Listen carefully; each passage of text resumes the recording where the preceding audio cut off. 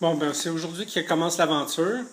Ça, c'est le premier vitrail qui est beau dans la cuisine, c'est-à-dire qu'il pourrait être restauré, mais il est quand même en bon état. Et puis le deuxième vitrail est malheureusement brisé. Comme vous pouvez voir, il est tout rapiécé avec des bouts de tape. Et il y a même des morceaux de vitraux qui sont brisés. On peut voir ici, là, il y a un bon trou.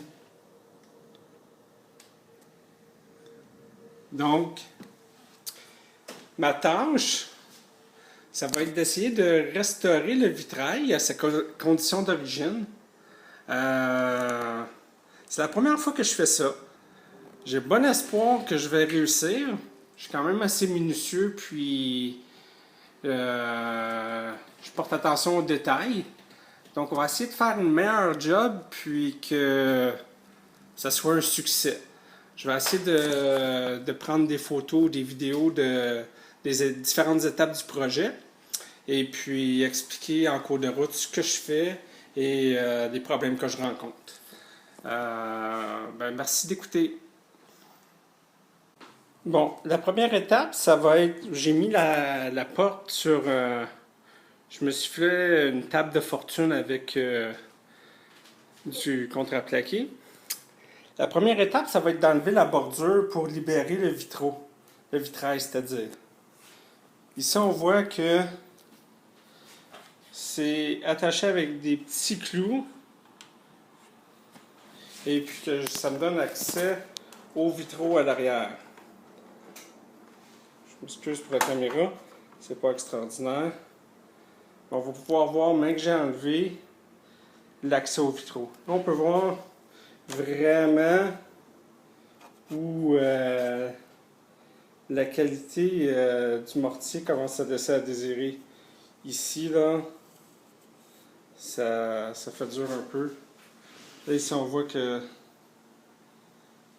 le vitrail est brisé. Il manque un morceau de vitre ici. Donc, et ici, il est brisé. On va essayer de récupérer des vitres quelque part pour tout réparer ça. Un des problèmes du vitrail, c'est qu'il n'y avait pas encore assez de barres de soutien. Il n'y avait seulement qu'une barre de soutien qui passait ici. Donc, je dirais au tiers de la porte. Et ça ne lui donnait pas assez de soutien dans le haut de la porte ici. C'est la première chose qu'on va aller faire. C'est, une des choses que je me donne comme tâche, c'est de rajouter des barres de soutien. Deuxième chose, c'est que les bois qui passent pour soutenir le vitrail après la porte, il y en a seulement qu'un et il est coupé. Donc, la partie du haut n'offre pas tellement de soutien à la verticale. Ça repose tout en bas. Les prochaines bandes de bois, je vais modifier la façon que c'est fait pour donner un meilleur soutien. Je me suis fait un plan en numérotant les bouts de bois qui retenaient le vitrail. Peut-être que je vais devoir réutiliser le bois existant si je ne suis pas capable de trouver la teinture originale. Parce que une des peurs que j'ai, c'est de ne pas être capable de teindre de la même couleur que l'ancienne teinte. Fait qu'à ce moment-là, je réutiliserai les anciens. Et pour ne pas me mélanger, je les ai numérotés et j'ai indiqué sur le plan où chacun des morceaux va. On peut voir que mon vitrail est accessible. Je vais pouvoir l'enlever, le déposer sur la table et pouvoir commencer la restauration. Une des choses que je vais faire, c'est prendre mes dimensions intérieures du vitrail parce que ça va être très important de refaire un autre vitrail qui va avoir les mêmes dimensions. Je ne voudrais pas que le vitrail final ne puisse pas rentrer dans l'existant. Très important. C'est ça. Bon, là, on peut voir l'étendue des dommages. On voit qu'il y a beaucoup de morceaux brisés, surtout dans le haut ici. Ici, on a un. On a un autre ici. Un autre ici. Ça, c'est tout brisé. Ça, c'est brisé. Ça, c'est brisé. J'ai pas encore fait l'inventaire complet, mais je penserais bien que j'ai au moins... ici, on a un morceau bleu qui est brisé. Une dizaine de morceaux qui sont brisés. Donc, ça veut dire que je vais avoir pas mal de coupes à faire. Je me souhaite bonne chance. On va commencer à le défaire, numéroter les pièces, et puis commencer à les laver. Je vais me faire auparavant un patron. Je vais vous montrer, après que j'ai fait le patron, où j'en suis rendu. Bon, j'ai fait mon plan. C'est pas comme je voulais. Je trouve que le papier est trop fin. J'ai l'impression que quand je vais arriver pour déposer mes morceaux de verre dessus, ça va déchirer à rien. Mais c'est pas grave parce que je vais quand même utiliser celui-là pour prendre des mesures puis écrire des notes. Donc je vais me l'accrocher quelque part puis je vais pouvoir dessiner et prendre des notes dessus. Et aussi numéroter mes pièces et montrer où elles vont.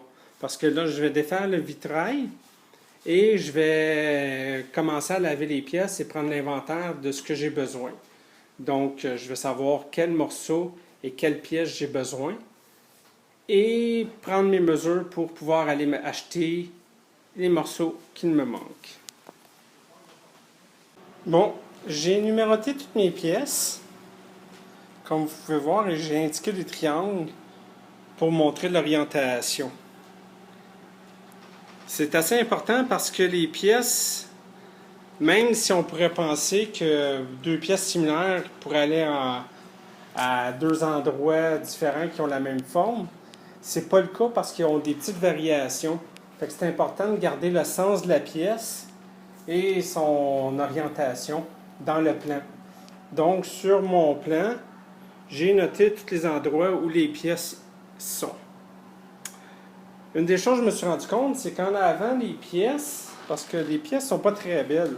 Si on peut voir, là, comme ici, la 2, là, on voit c'est assez dégueulasse, pour emprunter l'expression d'une personne.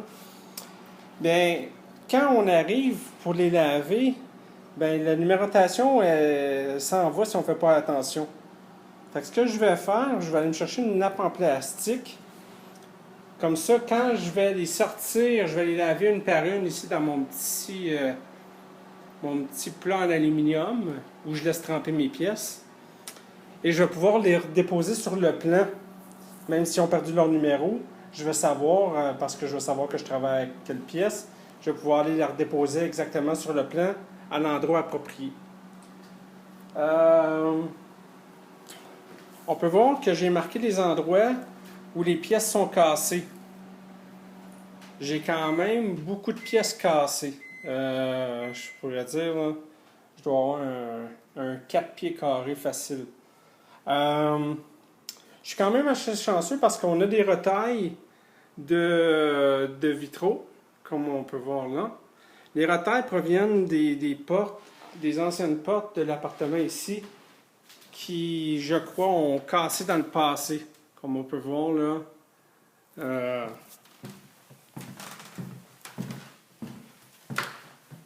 J'ai ici la porte, ça, il va y avoir un vitraux dans cette porte-là. Ça a été remplacé. Les gens ne se sont pas donné la peine de faire la réparation. Donc, on a moins de vitraux, mais on a quand même des pièces. Fait que j'ai réussi à retrouver du bleu. Je ne devrais pas en acheter. Les seuls que je vais devoir acheter, c'est un jaune givré que j'ai ici. Je vais emporter l'échantillon pour qu'on puisse retrouver la couleur à la boutique. Le transparent, celui-là, c'est assez straightforward. Et le blanc givré aussi. comme on peut voir. Il va falloir que je fasse attention parce que le givrage a comme une orientation. Bizarrement, si on peut voir, ici, là, on regarde la pièce 22.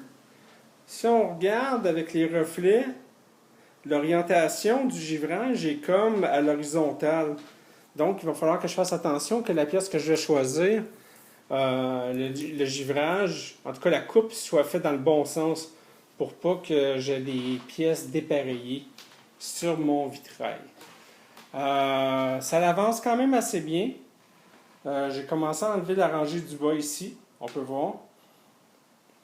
La seule chose, c'est que je me demande si mes pauvres petites pinces sont peut-être inadéquates pour faire ce genre de travail-là. Parce que c'est des baguettes au zinc. Moi, je vais les refaire en baguettes de plomb, mais ça, c'est des baguettes au zinc. Elles sont vides à l'intérieur. C'est de l'acier avec du zinc par-dessus pour que la soudure au plomb elle prenne. Donc, étant donné que ça prend une scie à métal pour faire ça et que c'est assez complexe faire les courbes, ça prend un équipement. Je vais le faire. De toute façon, la règle de l'art présentement, c'est de le faire en plomb. Donc, je vais le refaire en plomb. Ça ne perd pas de sa rigidité. Ça donne un peu de flexibilité au vitrail. Donc, c'est moins dur sur celui-ci, surtout dans les portes. Comme ça, quand la porte elle claque par inadvertance, il n'y a pas de danger il y a moins de danger que le vitrail soit abîmé. Donc, je vais passer du zinc au plomb. Je devrais aller faire mes achats demain. Pour l'instant, ça avance bien. Bon, aujourd'hui, j'ai été faire des achats. J'ai été acheter mon verre. C'est encore emballé. Je vais le garder encore emballé jusqu'à temps que je sois rendu à la coupe. Pas prendre de chance de le maganer ou de le graffiner. J'ai acheté un grand morceau de verre transparent. Finalement, eux, ils allaient dans le 2 mm, ce qui est pas mal mince. J'ai pris la même épaisseur que le reste des vitres. Et j'ai acheté 2 morceaux de jaune. Première boutique que j'ai été, il n'y avait pas exactement le même jaune que moi j'ai ici. Je l'avais acheté pareil, encore des fois que je ne trouve pas d'équivalent ailleurs. C'était très près, mais au niveau de la texture, il n'est pas pareil. Je vous le montrerai plus tard. Et puis j'ai acheté le givré. C'est un givré qui est commercial, architectural. C'est plus... c'est pas vraiment un verre artisanal. Donc, dans les boutiques de vitraux, ils tiennent plus vraiment ça. Ce que j'ai trouvé, c'est quelque chose qui est très près. Je vais essayer de le mettre pour que ça soit le moins évident possible. Je vous montrerai la différence quand j'ouvrirai les verres. Comme on peut voir, je m'en viens bien pour défaire le vitraux. Je dirais que j'ai la moitié de fait. Il faut vraiment faire attention, surtout pour les où il y a des coupes en coin. C'est très fragile et puis étant donné que le zinc il est dur, en appliquant de la force, il ne faut pas briser le verre. J'ai eu un accident. Fait que je vais devoir couper, mais je crois que j'ai assez de verre transparent pour remplacer cette pièce-là. Et puis, là, je l'ai mis à tremper parce que j'ai remarqué quand je suis revenu aujourd'hui, ça allait vraiment bien nettoyer les morceaux quand il y avait trempé. Fait que je mets tous mes verres à tremper dans mes petits buckets. Et j'ai été acheter ma nappe transparente pour protéger. Donc, quand je vais mettre ça ici sur ma planche et sur mon plan, ben je perdrai pas, je mouillerai pas mon plan. Fait que ça, c'est quelque chose que je suis assez content d'avoir été faire. J'ai acheté aussi des baguettes. Ici, c'est les baguettes de zinc qui vont qui vont faire le contour du vitrail. J'ai 3 baguettes de 6 pieds. Donc, étant donné que mon vitrail fait 5 pieds par 1 pied et demi, Je devrais être bon sans avoir à faire de soudure, je dirais parallèle. Et puis j'ai acheté une rebar. Comme ça, je vais pouvoir, ici, là, on voit, ça c'est la rebar. Je vais pouvoir mettre au moins 3 soutiens sur le vitrail. Ensuite, j'ai acheté les baguettes de plomb. Comme on peut voir, c'est très très flexible, mais ça va être solide. Ça va être solide. On va le voir, mais que tout ça soit installé. Fait que, ça, c'est des baguettes de 6 pieds. J'en ai environ 10-11 baguettes de 6 pieds. Fait que c'est là où j'en suis rendu. Présentement, là, c'est le projet. Quand je regarde ma table, il est en devenir parce que toute l'attention au détail s'en vient. C'est-à-dire, il va falloir que je me pose des planches pour faire un patron. Donc, il va falloir que j'aille me retrouver du papier pour me dessiner un patron. Mais je vais voir ça demain. Sûrement, je vais être rendu à cette étape-là demain. Et puis, pour l'instant, je suis bien content de comment ça avance. C'est pas si pire. J'aime bien ça. Bon, ben, je pense qu'il est trop tard pour reculer. Euh, J'en ai plus à remonter qu'à défaire, ça c'est certain. Il reste environ une quinzaine de pièces à défaire. Dans l'ensemble, ça a bien été. J'ai peut-être, je dirais, 3-4 morceaux qui ont brisé en essayant de les défaire. Euh, Souvent, c'est frustrant. T'appuies un petit peu, tu t'en rends pas compte, puis c'est la vitre qui lâche. Euh, c'est tous des morceaux transparents, fait que ça me cause pas vraiment de soucis. Peut-être, par contre, j'aurais pas assez de transparent, il va falloir que j'en acheter d'autres. Fait que là, ma job ce soir, ça va être de terminer ça, laisser tremper ça toute la nuit, puis demain, je vais pouvoir commencer à les nettoyer. Bon, j'ai terminé. Ça, c'est toutes mes baguettes de zinc défaites. Mes morceaux dans mon premier bac. Ma table. Mes morceaux dans mon deuxième bac. Et mes morceaux brisés. Je vais commencer à les nettoyer sans m'acharner trop parce que je trouve qu'ils se nettoient pas trop bien. Je vais juste les laisser tremper pour la nuit, puis je continuerai demain matin. Fait que c'est là où j'en suis. Je vais faire mes préparatifs pour la table pour recevoir mon, mes armatures. Je vais poser mes bouts en bois pour retenir mon vitrail. Et puis, à partir de ce moment-là, je vais être prêt pour commencer à la reconstruction.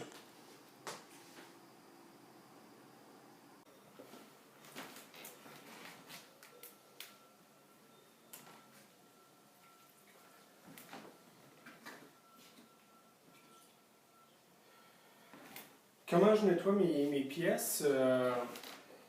Ben, c'est simple, j'utilise un petit grattoir. Il y a une chose pour tenir les fenêtres tout le long de la vitre.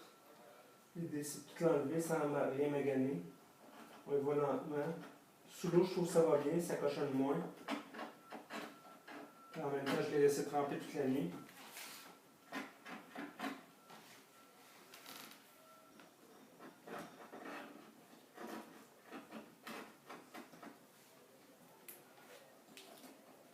Les grandes pièces avec les lignes droites, ça va mieux parce que je trouve que la lame va bien quand c'est perpendiculaire au sens de la vitre, c'est-à-dire du côté que je suis en train de faire.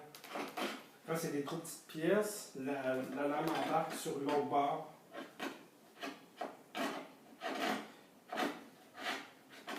Fait que j'essaie d'alterner entre les deux, ça rend la job moins longue et plate parce que toujours se concentrer pour que c'est toujours minutieux, ça devient difficile.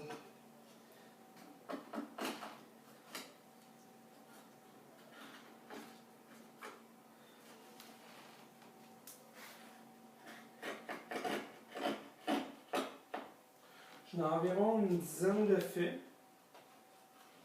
Fait que je suis pas encore rendu à moitié.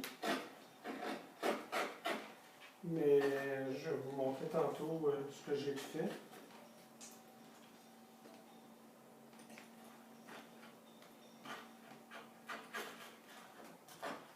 Il y a des pièces qui vont vraiment bien. Les pièces qui tenaient presque plus, là. Ceux-là, ils vont bien parce qu'il n'y a plus aucun mortier dessus. Ben, en tout cas, le mortier s'effritait tellement, les vitres ils bougeaient à l'intérieur du vitraux. Donc, ça a affaibli le mortier. C'était décollé de la vitre. Là, sur le côté, c'est important d'enlever le reste du mortier qui peut rester.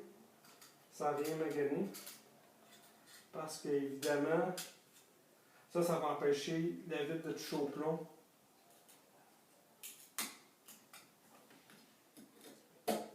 Des fois, c'est pas évident.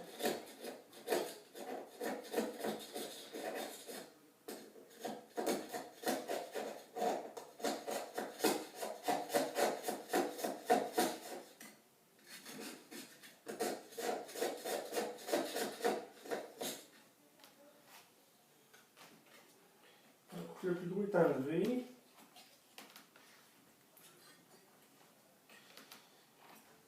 Là, je procède avec une petite brosse, puis j'y vais tout le tour.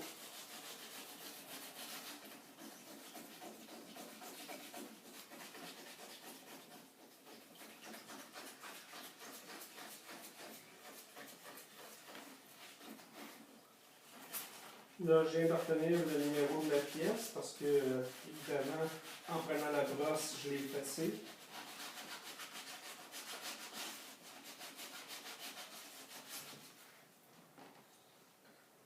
Je trouve que ces pièces-là en clair, là, qui n'ont pas de couleur ou de givrage dessus, sont très fragiles. C'est beaucoup moins épais que les pièces de couleur. Ils ont pris du verre cheap. Je ne sais pas pourquoi ils ont fait ça. Celle-là, c'était la 45. On l'essuie. On l'a marqué.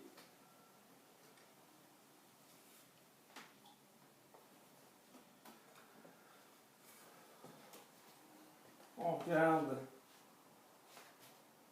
C'est pas magané. Ça a l'air bien beau. Je procède. 45.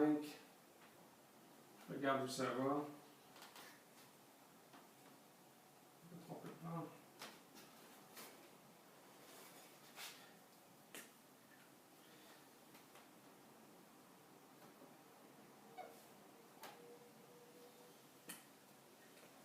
Et je la place sur mon patron.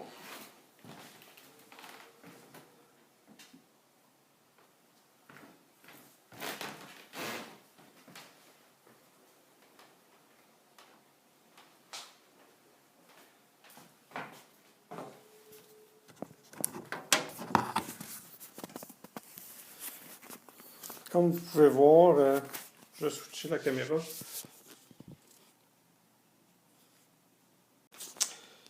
Comme vous pouvez voir, 1, 2, 3, 4, 5, 6, 7, 8, 9, 10, 11. J'ai une douzaine de pièces de fait. Ça s'en vient bien. Première chose que j'ai remarqué, c'est qu'on ne le voyait pas tellement si c'était sale, mais la 22 puis la 40-41, c'est pas du tout le même verre. On voit très bien là, si on les met un à côté de l'autre, qui n'ont pas du tout la même teinte. Et la 22 est beaucoup plus verte, la 40 beaucoup plus claire, et puis le motif n'est pas le même. Celui-là, la 22, là, au toucher, c'est beaucoup plus rugueux.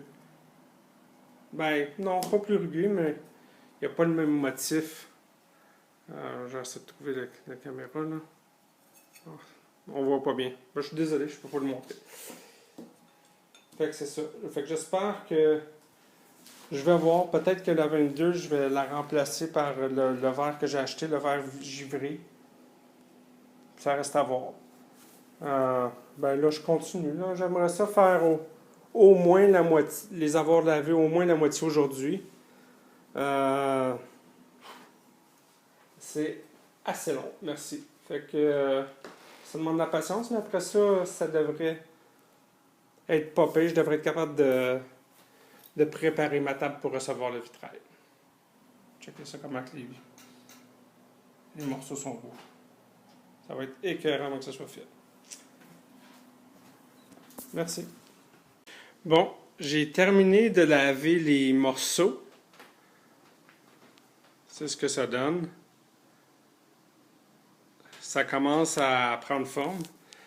Évidemment, j'ai le 16 puis le 19 ici que j'avais pas assez d'espace dans mes bacs. Il était trop grand pour les bacs, donc je les ai fait tremper dans le bain. Fait que là, je vais attendre, je vais les laver demain. Et puis le petit morceau bleu ici là, que j'avais sur une pièce que j'ai trouvé dans les retailles. Fait que je vais le réutiliser. J'ai beaucoup de pièces qui sont chippées. Comme là, on voit la 32. J'ai tout fait des marques. On peut voir là ici. La 32, c'est ici. Là. J'ai fait des marques pour le voir. C'est un verre vraiment cheap, le verre transparent. Il est super mince. Il y en a juste un qui est épais, le 44, j'imagine, qui a été brisé. Mais le 44 aussi est cheapé partout. Fait que je vais voir comment ça va sortir. Il y en a peut-être que je vais être capable de cacher dans les baguettes de plomb, donc que ça ne paraîtra pas. Mais peut-être que je vais avoir à aller en acheter d'autres puis faire d'autres coupes. J'ai fait des tests de coupe. Ça va bien. Fait que là, je vais faire des coupes quand même assez simples. Je vais faire mes coupes de jaune. C'est des lignes droites. Fait que ça devrait pas être si difficile. Il va me donner une pratique en même temps sur les coupes. Et puis, pour aujourd'hui, je vais avoir terminé. Demain, ça va être de la coupe et commencer la mise en forme. Ça s'en vient vraiment bien. Bon, ben là, je vais faire ma première coupe. En espérant que ça va bien aller.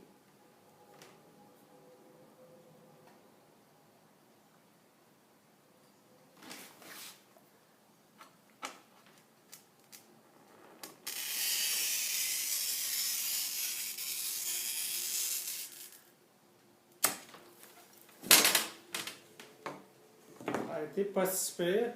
C'est dur à prendre la sensation puis de voir comment ça a été. Ça, c'est mes petites pinces pour défaire le verre. Si ça a bien été, ça devrait me faire une belle ligne droite. Puis si ça n'a pas bien été, ben on va recommencer. Puis je vais refaire une autre vidéo. Puis je vais dire c'est ma première coupe. Mais non, je ne ferai pas ça. Je mets sur la ligne. Et la belle ligne droite. Regardez-moi ça. Incroyable. Je suis un pro. Bon, ben, je suis content de mes premières coupes. Si on peut voir, là.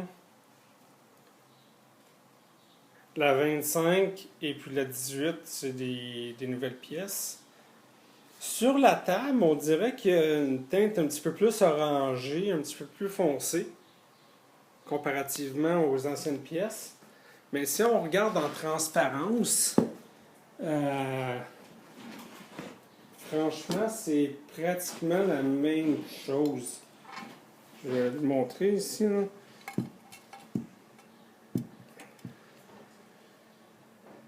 Très difficile à voir la différence En tout cas, c'est le mieux qu'on a trouvé à la boutique. J'ai fait 2 boutiques. J'ai fait le studio du verre et puis le centre du vitrail. Puis, en cas des fois, j'ai acheté le meilleur équivalent aux 2 endroits. Puis, j'arrive ici, c'est la même chose. Fait que je suis quand même content. C'est sûr, c'est pas exactement la même couleur. Peut-être que j'aimerais reprendre toutes, mais c'est quand même le fun de garder des pièces originales. Ça commence à prendre forme. Ici, le 6, j'ai beaucoup de courbes. Et puis, il me manque un petit morceau sur la pièce pour que je puisse le dessiner correctement puis faire ma coupe. Puis ça va être une de mes premières coupes en courbe où il ne faudra pas que je manque ma coupe.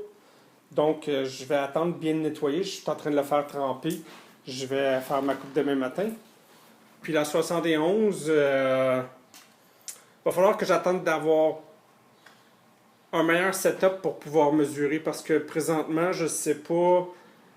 Celle-là, je n'ai pas la pièce. Va falloir que je mesure, que ça fitte dedans.